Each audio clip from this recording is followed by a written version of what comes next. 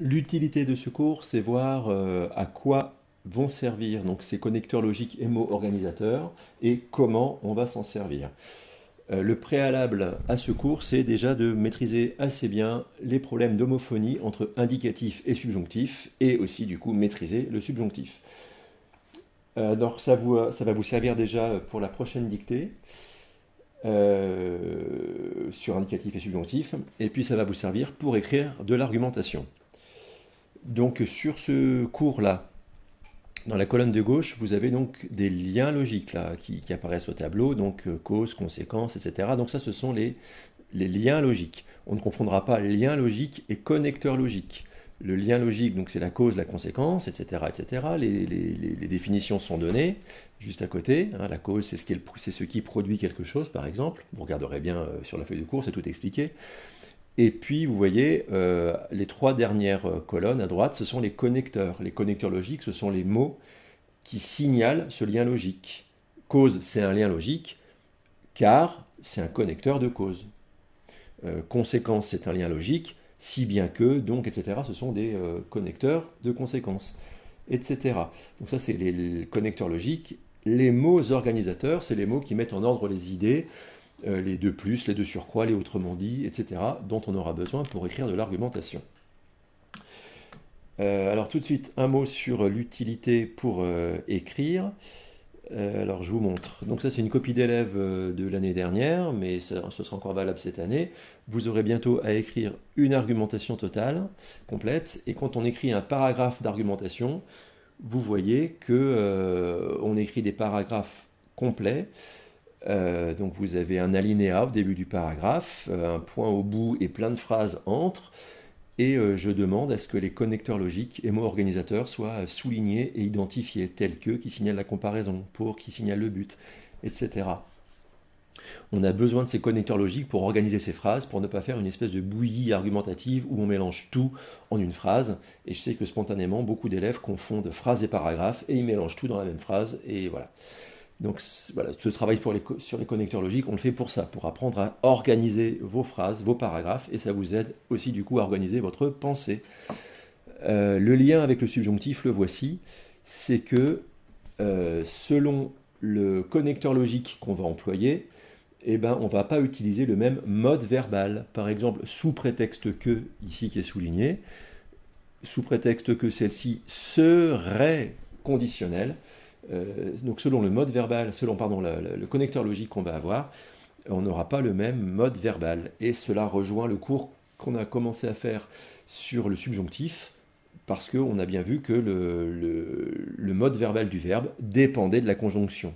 Hein, donc sous prétexte que, ici dans l'exemple, c'est bien une conjonction de subordination qui appelle un mode verbal particulier, comme vous avez appris que bien que est suivi du subjonctif, etc. J'espère être à peu près clair. Donc ça, c'est ce qui vous attend pour le travail concernant cette semaine.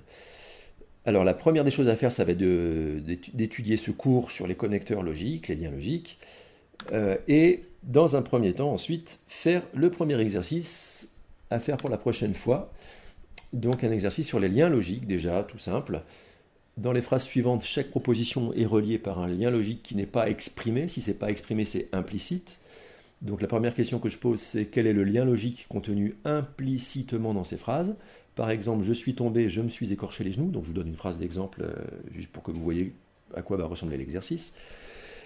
Entre je suis tombé, je me suis écorché les genoux, le lien logique, c'est un lien de cause à conséquence. La cause, c'est je suis tombé, et la conséquence, c'est je me suis écorché les genoux. Mais vous voyez que dans la phrase, il n'y a aucun connecteur. Il faut simplement avoir un peu d'intelligence pour se dire, ah bah oui, tiens, il y a un lien de cause à conséquence. C'est parce qu'on est tombé qu'on s'est écorché les genoux. Donc première partie de l'exercice, identifier le lien, dire c'est de la cause, c'est de la conséquence, c'est du but. Et petit b, utilise un connecteur logique pour exprimer clairement ce lien logique.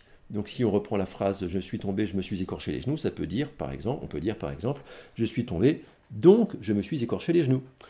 Ou je me suis écorché les genoux parce que je suis tombé. Et dans le premier cas, on signale la cause, et dans le deuxième cas, on signale pardon, dans le premier cas, on exprime une conséquence, dans le deuxième cas, on exprime une cause. Donc ça, c'est le premier exercice que vous aurez à faire.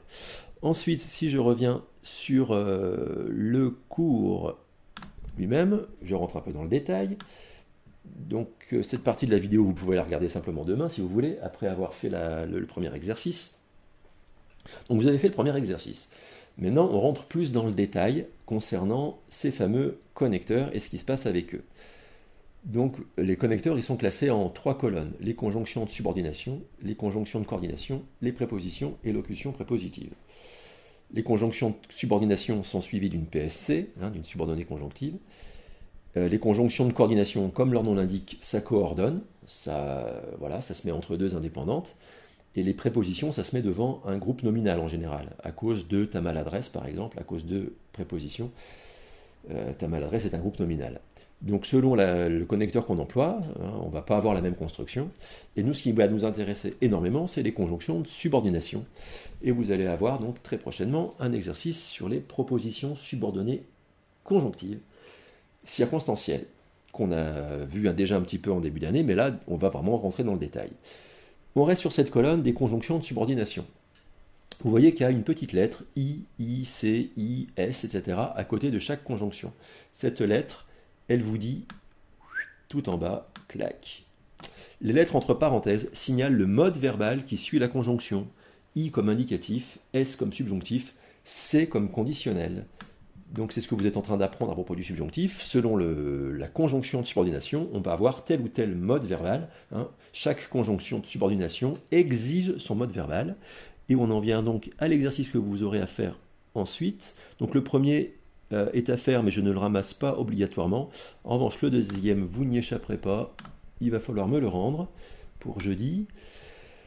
Voilà, une batterie d'exercices sur les propositions subordonnées circonstancielles. Donc on est bien sur les PSC, après une conjonction de subordination. L'exercice, c'est à compléter les phrases suivantes par des propositions subordonnées circonstancielles de but, introduites par les conjonctions afin que, pour que. Attention à la conjugaison. Donc il faut réécrire les phrases en entier, les faire suivre de afin que, de pour que, qui sont toujours suivies du subjonctif. Donc vous ferez bien attention au mode verbal que vous allez employer.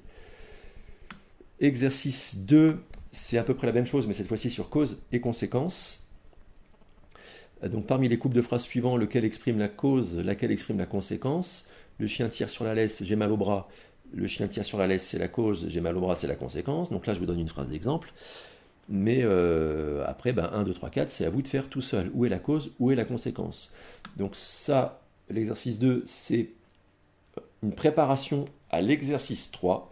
Donc chacune des phrases de l'exercice précédent, ça veut dire celui qui avait avant, ne me faites pas ça sur les phrases de l'exercice 4, donc sur les coupes de phrases de l'exercice 2, l'exercice précédent, vous me les transformez 2 fois, une fois en phrase complexe avec une PSC de cause, et une fois en phrase complexe avec une PSC de conséquence, et vous n'utiliserez jamais 2 fois la même conjonction. Exemple, donc je reprends la phrase d'exemple de l'exercice 2, j'ai mal au bras, le chien tire sur la laisse, pour exprimer la cause, petit a, j'ai mal au bras parce que le chien tire sur la laisse, et petit b, le chien tire tellement sur la laisse que j'ai mal au bras, et vous ferez attention là à l'emploi de la conjonction tellement que, qui ne s'emploie pas n'importe comment. Voilà, l'exercice 4, l'exercice 5, normalement les consignes sont assez claires pour se débrouiller tout seul, et j'interromps cette vidéo.